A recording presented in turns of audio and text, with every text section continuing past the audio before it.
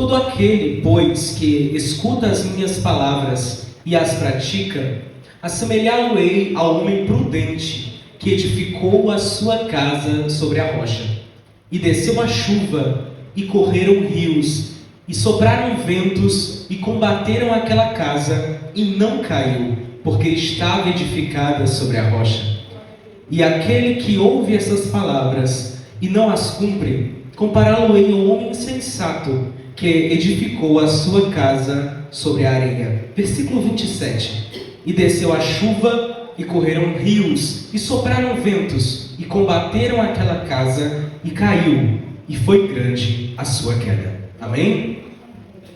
Glória a Jesus. Meus amados irmãos, aqui nessa passagem, nós conhecemos o capítulo final de um dos momentos mais importantes, se não um dos mais importantes da vida de Jesus antes da sua crucificação.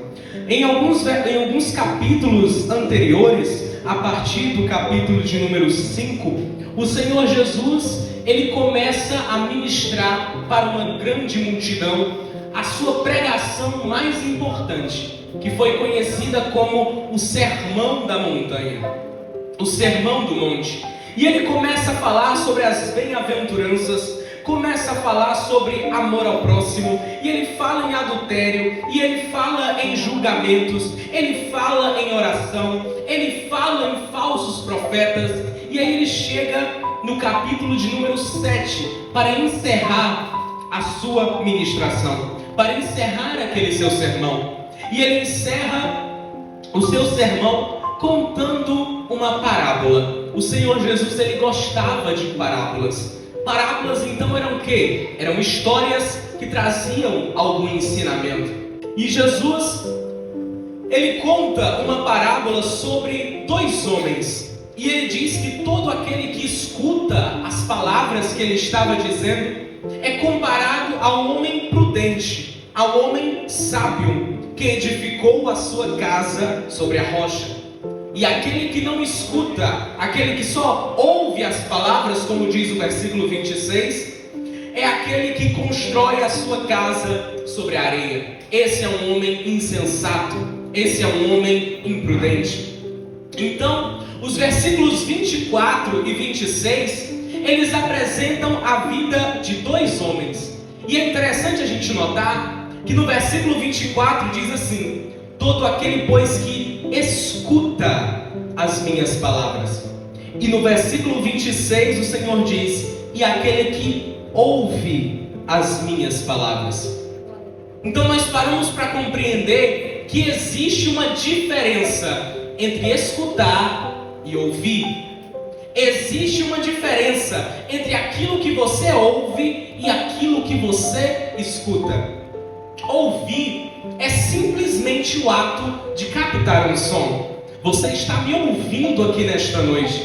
Você está ouvindo a minha voz que está sendo transmitida neste microfone pelo aparelho de som. Mas cabe a você saber se você vai escutar aquilo que eu estou dizendo. E escutar é o quê? É, além de ouvir, guardar e meditar nesta palavra.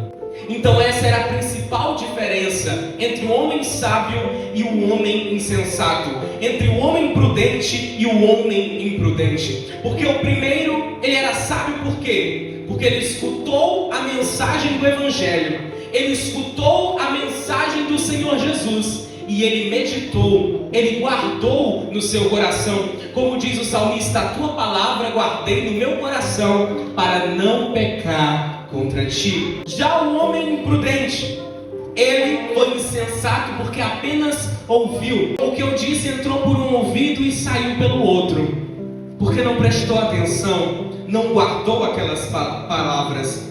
O homem imprudente, sua casa era firmada em algo sólido, a areia, porém não havia constância.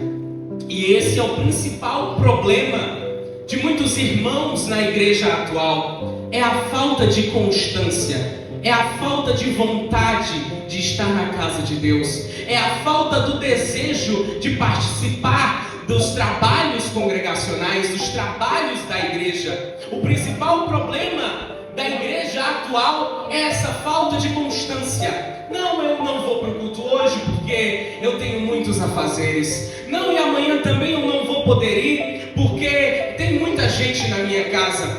Não, eu vou deixar para ir no domingo. Aí vai no domingo, diz o culto foi fraco. Eu não gostei, algo não aconteceu. É a falta de constância, é a falta de vontade de estar na casa de Deus. Ah não, mas se o irmão não falar em línguas no culto, o culto não foi bom. Eu preciso te contar uma coisa. A gente tem que parar com isso de dizer, não, o culto não foi bom. O culto não é para nós. O culto é para o Senhor Jesus. E aqui é o nosso lugar de glorificarmos ao Senhor, de abrirmos a nossa boca, levantarmos a nossa voz em adoração e glorificarmos o seu santo nome. O que acontece com um homem imprudente? No versículo 27, nós observamos que a areia não resiste às investidas da chuva, às investidas dos rios, as investidas dos ventos. Isso representa o quê? Os problemas da vida. Uma família construída sobre a areia, um ministério construído sobre a areia. Quando vier o rio, quando vier a chuva, quando vierem os ventos, ou seja, quando os problemas da vida vierem, o que vai acontecer? É o que diz no versículo 27, aquela casa caiu e foi grande a sua queda. Já não é mais de se admirar quando nós observamos na casa do Senhor alguém que possuía uma entrega muito grande, alguém que adorava e o Espírito Santo descia, alguém que pregava e as pessoas aceitavam a Jesus, alguém que ministrava e as pessoas falavam em línguas, e de repente aquela pessoa sai da igreja. E de repente aquela pessoa se desvia. E de repente aquela pessoa abandona a sua fé. Sabe o que foi que aconteceu? Aquela vida não estava edificada sobre a rocha. Aquela vida não estava firme. O seu ministério, a sua adoração a Deus não estava firme, não estava segura, não estava constante. Então vieram os ventos, vieram a chuva, vieram os rios e desabaram aquele trabalho, desabaram aquele lar, desabaram aquela pessoa. Mas eu quero profetizar na sua vida nesta noite, que a sua casa não é edificada sobre a areia, que o seu ministério não é edificado sobre a areia, que a sua vida não vai desabar, não importa qual vento, não importa qual a tempestade que se levantar. Glória a Jesus. E os versículos anteriores falam no homem prudente. E o homem prudente é alguém que a gente deve se espelhar. Por quê? Ele foi chamado de prudente, ele foi chamado de sábio, e não foi por um motivo qualquer. Foi porque ele ouviu a mensagem que Jesus estava pregando, ele ouviu aquele sermão e ele resolveu repensar as suas atitudes. Ele resolveu meditar, refletir e seguir os ensinamentos do mestre. Se uma pessoa ela vai fazer uma construção e ela não tem instrução para fazer aquilo, aquele projeto vai desabar. Se ela não foi ensinada, se ela não foi orientada, aquele projeto vai cair. É por isso que o homem prudente, ele precisava escutar a mensagem de Jesus e meditar naquilo, e guardar aquela palavra, e guardar aquela mensagem. Por isso nós precisamos buscar estes momentos, esses momentos de profunda reflexão com o Senhor. Está se ficando escassos aqueles momentos de devocional que tínhamos somente você e Deus, somente eu e Deus. Está ficando escassos aqueles momentos que você parava e dizia: não, agora eu vou ler 5 versículos deste capítulo e vou meditar, vou tentar entender o que é que Jesus quer me falar através dessa palavra. E isso tudo são os afazeres do dia a dia que tem nos impedido. os problemas da vida que tem martelado contra a parede da nossa casa, contra a parede da casa que um dia foi erguida sobre a rocha. Então nós não podemos deixar que isso aconteça.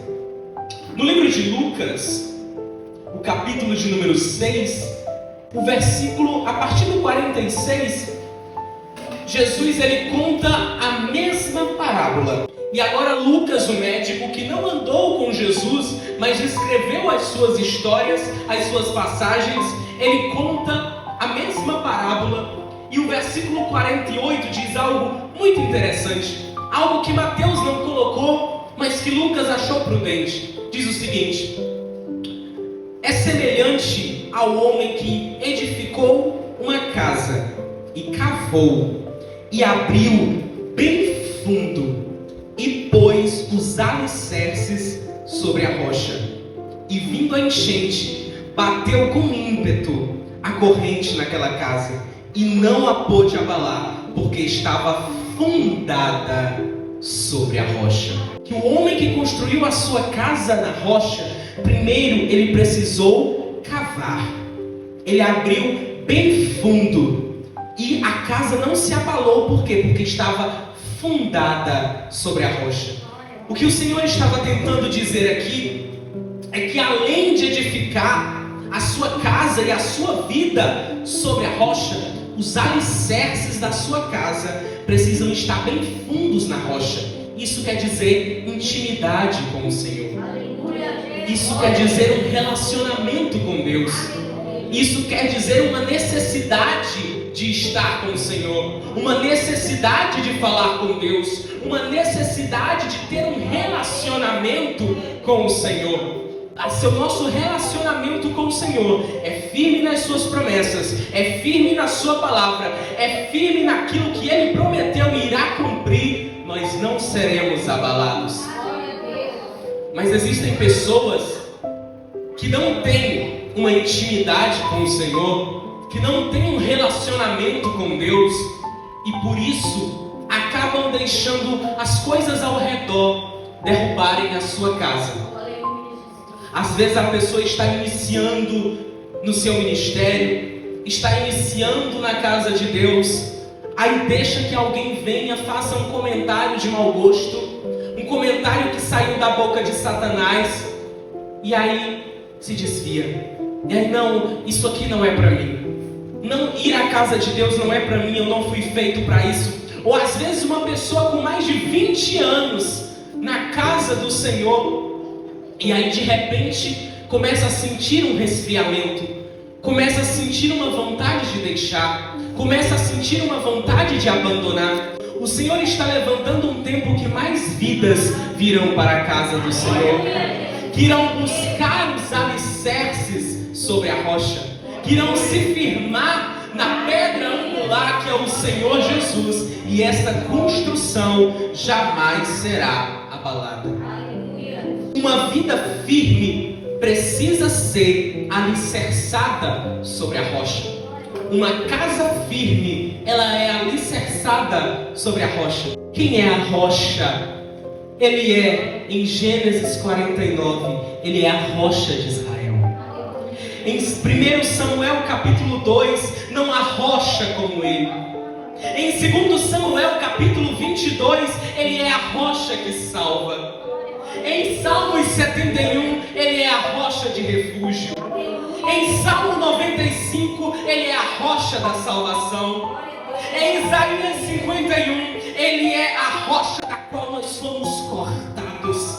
Em 1 Coríntios 10, nós bebemos da água da rocha, Cristo Jesus. E eu acho lindo que em 1 Pedro, no capítulo 2, o versículo 4, diz que ele é a pedra viva, angular, escolhida, separada, preciosa, e os que nela confiam jamais serão abalados. Aleluia, glória a Deus. É o Senhor Jesus que é a nossa pedra, é o Senhor Jesus que é a nossa rocha, é nele que somos firmados, é nele que somos erguidos. Se a tempestade vier sobre a sua vida, Se o mal se levantar contra você, Ele é a sua rocha de refúgio. Ele é a rocha da sua salvação. Se você está com sede de sentir a presença, Ele é a rocha com água viva que sacia a sua sede. Aleluia! E Ele é a pedra angular, porque antigamente, antes de iniciar uma construção, separava-se uma pedra especial que era colocada em um determinado local e a partir dali toda a construção se iniciava. Aquela era a pedra angular. E o Senhor Jesus foi quem iniciou este trabalho. Foi quem iniciou esta construção. A construção na sua vida de uma nova história, de um novo começo, foi feita pelo Senhor Jesus. Mateus capítulo 16. Alguns versículos da palavra do Senhor, mas mais especificamente o versículo de número 18. Para entendermos esse contexto, as pessoas, elas estavam vindo de muitas partes para conhecer a Jesus, para saber sobre Jesus. Então Jesus estava ficando conhecido, famoso. Então um dia Jesus ele resolve conversar com os seus discípulos e pergunta: quem que essas pessoas dizem que eu sou? E aí respondem: não, uns dizem que o Senhor é João Batista, outros dizem que é Elias, outros até pensam que você é Jeremias, um dos profetas. Então o Senhor pergunta: e vocês? Quem vocês dizem que eu sou? E Simão, que depois foi chamado de Pedro, respondeu e disse: tu és o Cristo, o Filho do Deus vivo. E é interessante porque no versículo 18 o Senhor Jesus vai fazer uma coisa interessante. Ele vai mudar o nome de Pedro. Pedro antes era chamado de Simão, e agora ele vai ser chamado de Pedro, de Simão Pedro. Então o versículo 17 começa dizendo, Jesus falando: bem-aventurado és tu, Simão Bar-Jonas, ou seja, Simão, filho de Jonas, porque não te revelou a carne e o sangue, mas seu Pai que está no céu. E aí o versículo 18 diz: e também eu te digo que tu és Pedro. Jesus mudou o nome de Simão para Pedro. E sobre esta pedra edificarei a minha igreja, e as portas do inferno não prevalecerão contra ela. Até aquele momento, o nome daquele discípulo era Simão. Mas quando ele revela que entendeu a autoridade de Jesus, que entendeu que ele não era só mais um profeta, ele verdadeiramente era Cristo, o Filho do Deus vivo, Jesus resolve mudar o seu nome. Agora o seu nome é Pedro. E Pedro vem de uma palavra, Petros, no grego, que significa uma pedra bem pequenininha. Uma pedra bem pequena. Só que depois, no mesmo versículo, diz assim: eu te digo que tu és Pedro, e sobre esta pedra. Esta outra palavra aí já está falando de uma rocha, de uma pedra muito maior. Então o que Jesus estava dizendo para Pedro naquele momento era algo mais ou menos assim: e também eu te digo que tu és uma pedra pequena, mas sobre uma grande rocha edificarei a minha igreja, e as portas do inferno não prevalecerão. Todos nós somos um pequeno pedaço de pedra. Todos nós somos um pequeno pedaço de pedra que juntos, interligados, atados à rocha que é Cristo Jesus, nós edificamos isto aqui.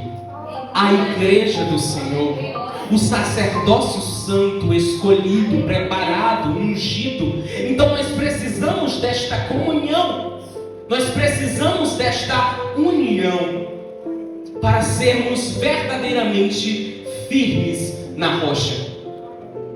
Para concluir, eu preciso dizer nesta noite então o seguinte: é necessário nós não só ouvirmos, mas escutarmos os ensinamentos de Jesus, para que, tendo uma vida alicerçada nele, possamos atravessar as tempestades, os ventos e qualquer empecilho que vier do mundo.